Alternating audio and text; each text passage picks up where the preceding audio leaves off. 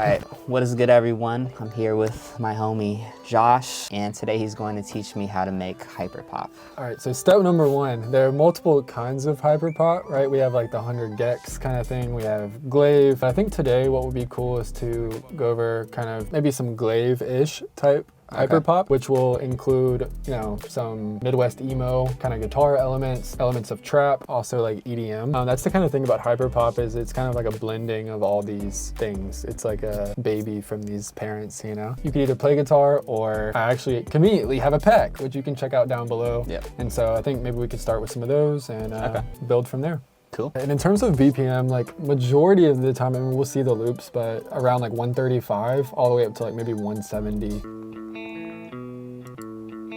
Oh, this is preview right here. I'll check out all of them. yeah.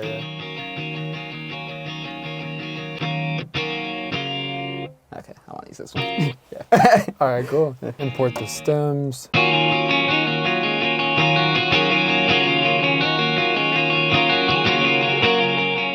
And then where do we go from here? So now we're gonna kind of, I mean, we'll usually like copy it a few times to kind of start building out an arrangement. So we could, if we want to start with just like a verse, whatever you kind of feel.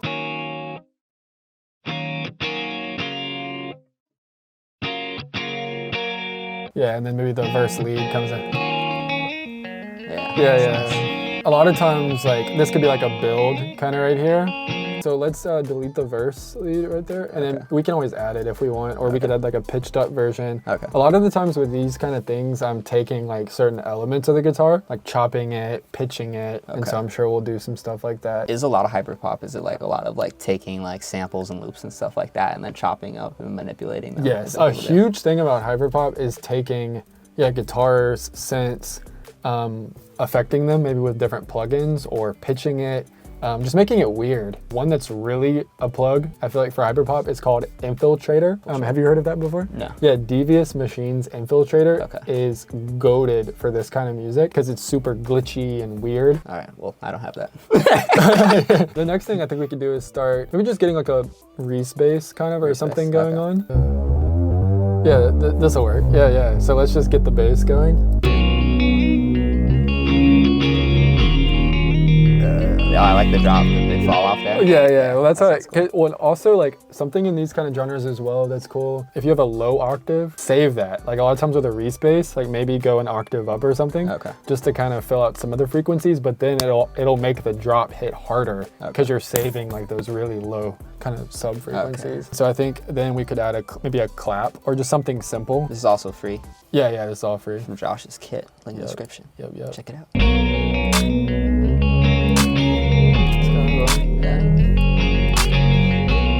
Well, something we could also do is maybe take the lead and like pitch it up right there.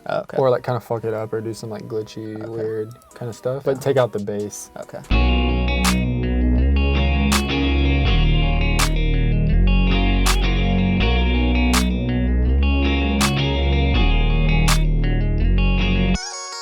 Oh. Yeah. That's exactly. how they do it. Yeah. Oh, okay, yeah, that's exactly. dope. A lot of times either like Shaper Box or that Infiltrator plugin as well. Like you could throw that on just that one thing. Portal, thermal, distortion, or glitchy stuff. Thermal's definitely one of my favorite plugins, I would say. Yeah, I love like the distortion on it. Yeah. And well, another quick thing right here, for the transition to the hook, a lot of times you want to take maybe a kick or a stomp or like an impact sound, and then we're gonna reverse it into to kind of give it like a whip, like. Oh. Yeah, even something like that. Like we could drag that in and then reverse it. Let's see what that kind of sounds like. Yeah, but you could also either layer that with like a riser, or like if you have a vocal, like you could do a reverse reverb. All right, so yeah, now we're gonna get into, I think, some drums on the hook. I would just start with like how you typically do like a trap type beat, like doing like the you know the hat. Start acting like you know the hat, like the two-step. I mean, we can do either. Like the hat will either come in on the hook or the second half of the hook. Yeah, just like obnoxious type, like crazy shit. Yeah. All right, let's get a kick going too. Oh damn, so like everything's like really clipped. T-Rack clipper, FL Studio clipper, just clip everything.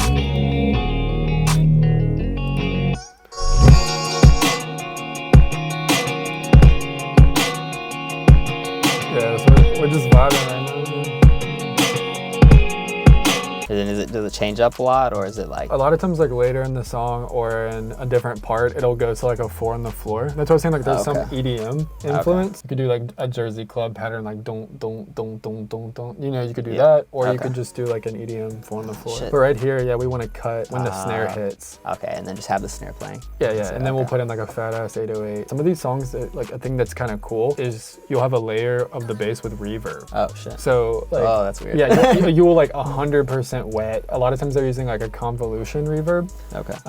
And so you'd have like sub, mid bass, and then like this reverbed out kind of layer. When you do that though, if you try, make sure to EQ out the lows, because otherwise it's gonna get super muddy.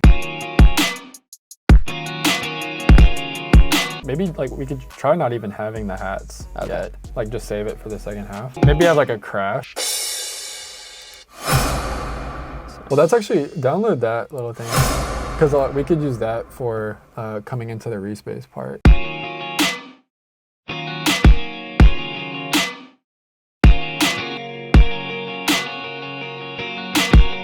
A lot of times, either pop or like pop punk, any of that kind of stuff, like it'll break down, and then on the second half, like maybe you jam out.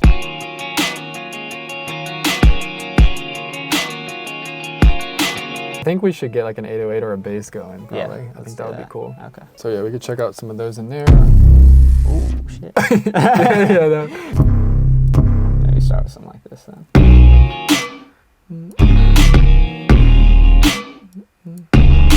Yeah, there we go. exactly. Cool. There we go. And do people typically go like really crazy with them? I would say pretty simple. A lot of times, a lot of the craziness is happening in the melodies or like the pitch, like craziness.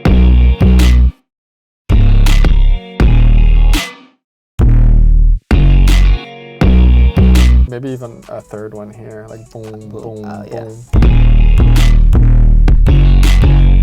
Yeah, I think that would be cool. A lot of these beats, you know, like indie type drums or like alt, a lot of times they'll use like these live kind of sounds, especially like on a different verse or something. So like a live drum loop right here. Yeah, exactly. Like a lot of times, with these like pretty little like safe sounding loops, if you just like distort it, parallel, like just compress the, you know, the life out of it.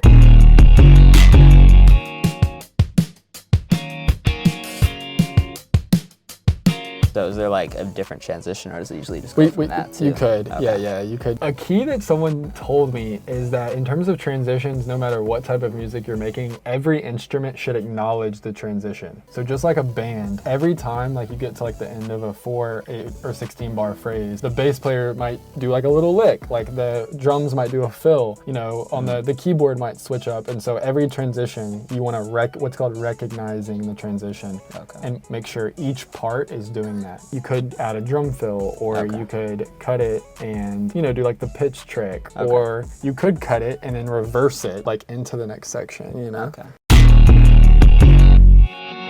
Yeah, exactly. Wow, yeah, damn, that's so smooth. Yeah, isn't that so cool? simple. Yeah. And so now with that drum loop, maybe we could beef it up. Yeah, like maybe crush the second one? Yeah, let's try that. Yeah, so I would do a low pass, but I would also like crush. You could crush. Okay. Have you heard of those? Like the amen or amen breaks? No. Oh, wow. Okay. Well then, yeah, I would go to splice.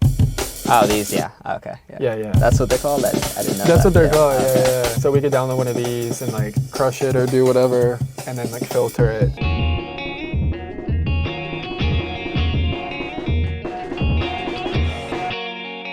Oh yeah, we keep it going. Keep going, Yeah.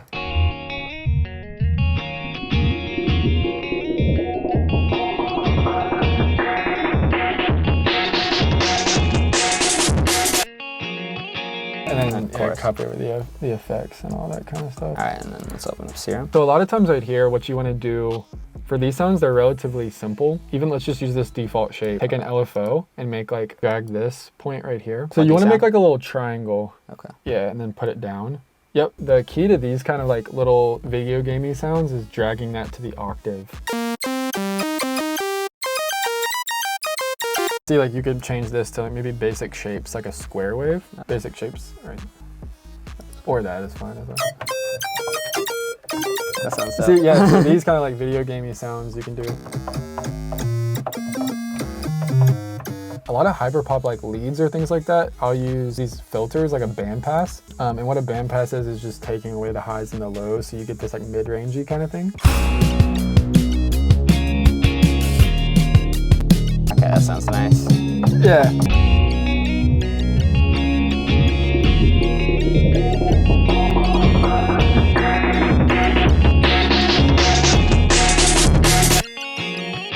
That's tight. You know how to play piano for sure.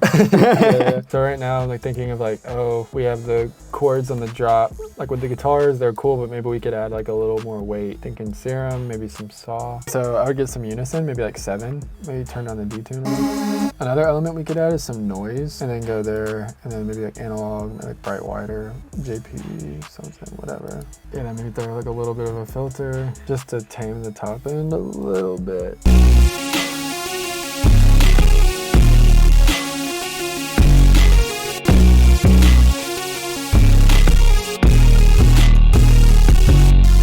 Yeah, we clean it and probably turn it down just like a little bit as well. So sub underneath this, you're thinking? Yeah, yeah.